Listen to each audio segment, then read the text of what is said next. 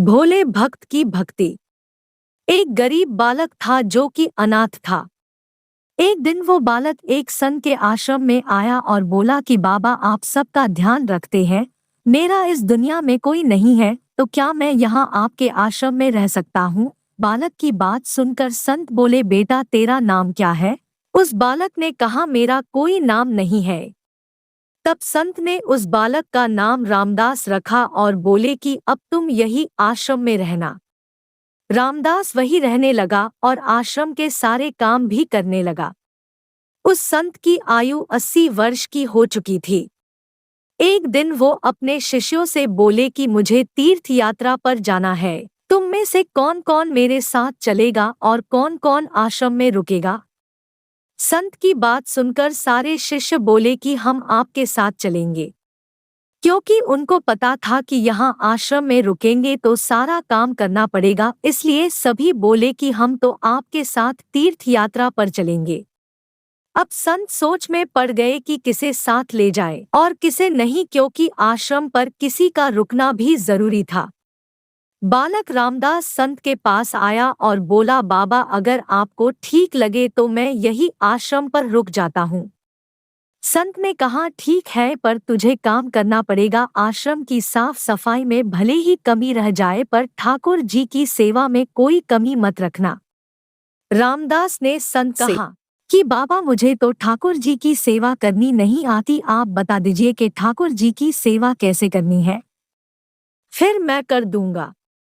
संत रामदास को अपने साथ मंदिर ले गए। वहां उस मंदिर में राम दरबार की झांकी थी। श्री राम जी, सीता जी, लक्ष्मण जी और हनुमान जी थे। संत ने बालक रामदास को ठाकुर जी की सेवा कैसे करनी है सब सिखा दिया। रामदास ने गुरु जी से कहा कि बाबा मेरा इनसे रिश्ता क्या होगा ये भी बता दो, क्योंकि अगर रिश्ता पता चल जाए तो सेवा करने में आनंद आएगा। उन संत ने बालक रामदास से कहा कि तू कहता था ना कि मेरा कोई नहीं है, तो आज से ये राम जी और सीता जी तेरे माता पिता है। रामदास ने साथ में खड़े लक्ष्मण जी को देखकर कहा, अच्छा बाबा, और ये जो पास में खड़े हैं वो कौन है? संत ने कहा, ये तेरे चाचा जी है, और हनुमान जी के लिए कहा कि ये तेरे बड़े भैया है। रामदास सब समझ गया और फिर उनकी सेवा करने लगा। संत शिष्यों के साथ यात्रा पर चले गए। आज सेवा का पहला दिन था। रामदास ने सुबह उठकर स्नान किया, आश्रम की साफ सफाई की और भिक्षा मांगकर लाया और फिर भोजन तैयार किया। फिर भगवान को भोग लगाने के लिए मंदिर आया। रामदास ने श्री राम, सीता, लक्ष्मण और हनुमान जी के आगे एक एक थाली रख दी और बोला, अब पहले आप खाओ फिर मैं भी खाऊंगा। रामदास को लगा कि सच में भगवान बैठकर खाएंगे, पर बहुत देर हो गई, रोटी तो वैसी की वैसी थी। तब बालक रामदास ने सोचा, नया नया रिश्ता बना है तो शर्मा रहे होंगे। रामदास ने पर्दा लगा दिया, बाद में खोलकर देखा तब भी खाना वैसे का वैसा पड़ा था। अब तो रामदास रोने लगा कि मुझसे सेवा में कोई गलती हो गई, इसलिए खाना नहीं खा रहे हैं, और ये नहीं खाएंगे तो मैं भी नहीं खाऊंगा और मैं भूख से मर जाऊंगा, इसलिए मैं तो अब पहाड़ से कूदकर ही मर जाऊंगा। रामदास मरने के लिए निकल जाता है। तब भगवान राम जी हनुमान जी को कहते हैं, हनुमान जाओ उस बालक को लेकर आओ और बालक से कहो कि हम खाना खाने के लिए तैयार है। हनुमान जी जाते हैं और रामदास कूदने ही वाला होता है कि हनुमान जी पीछे से पकड़ लेते हैं और बोलते हैं, क्या कर रहे हो? रामदास कहता है, आप कौन? हनुमान जी कहते हैं, मैं तेरा भैया हूँ, इतनी जल्दी भूल गए? रामदास कहता है, अब आए हो? इतनी देर से वहां बोल रहा था कि खाना खा लो, तब आए नहीं, अब क्यों आ गए? तब हनुमान जी बोले, पिताश्री का आदेश है, अब हम सब साथ बैठकर खाना खाएंगे। फिर राम जी, सीता जी, लक्ष्मण जी, हनुमान जी साक्षात बैठकर भोजन करते हैं। इसी तरह रामदास रोज उनकी सेवा करता और भोजन करता। अब सेवा करते 15 दिन हो गए। एक दिन रामदास ने सोचा, घर में 5 लोग हैं, सारा काम में ही अकेला करता हूँ, बाकी लोग तो दिन भर घर में आराम करते हैं, मेरे माँ बाप चाचा भाई तो कोई काम नहीं करते, सारे दिन खाते रहते हैं, मैं ऐसा नहीं चलने दूंगा। रामदास मंदिर जाता है और कहता है, पिताजी कुछ बात करनी है आपसे। राम जी कहते हैं, बोल बेटा क्या बात है। रामदास कहता है कि घर में मैं सबसे छोटा हूँ और मैं ही सब काम करता हूँ। अब से मैं अकेले काम नहीं करूँगा, आप सबको भी काम करना पड़ेगा।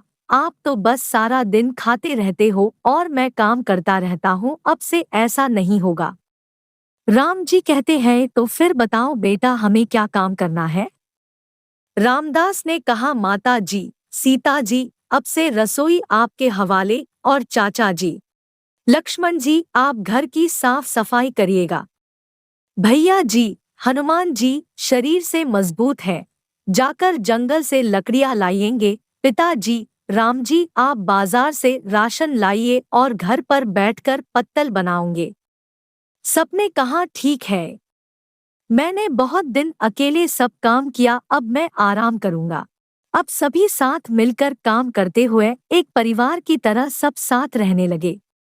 एक दिन वो संत तीर्थ यात्रा से लौटे तो देखा आश्रम तो शीशे जैसा चमक रहा है। वो बहुत प्रसन्न हुए, मंदिर में गए और देखा कि मंदिर से प्रतिमाएं गायब है। संत ने सोचा कहीं रामदास ने प्रतिमा बेच तो नहीं दी। संत ने रामदास को बुलाया और पूछा, भगवान कहाँ गए। रामदास भी अकड़कर बोला कि मुझे क्या पता, हनुमान भैया जंगल लकड़ी लाने गए होंगे, लखन चाचा झाड़ू पोछा कर रहे होंगे, पिताजी राम पत्तल बना रहे होंगे, माता सीता रसोई में काम कर रही होंगी। संत बोले, ये क्या बोल रहा है। रामदास ने कहा, बाबा मैं सच बोल रहा हूँ, जब से आप गए हैं ये चारों काम में लगे हुए हैं। वो संत भागकर रसोई में गए और सिर्फ एक झलक देखी कि सीता जी भोजन बना रही है, राम जी पत्तल बना रहे हैं, और फिर वो गायब हो गए और मंदिर में विराजमान हो गए। संत रामदास के पास गए और बोले, आज तुमने मुझे मेरे ठाकुर का दर्शन कराया, तू धन्य है। और संत ने रो रो कर रामदास के पैर पकड़ लिए। रामदास जैसे भोले निश्चल भक्तों की भक्ति से विवश होकर भगवान को भी साधारण मनुष्य की तरह जीवन व्यतीत करने आना पड़ता है। जय श्री राम।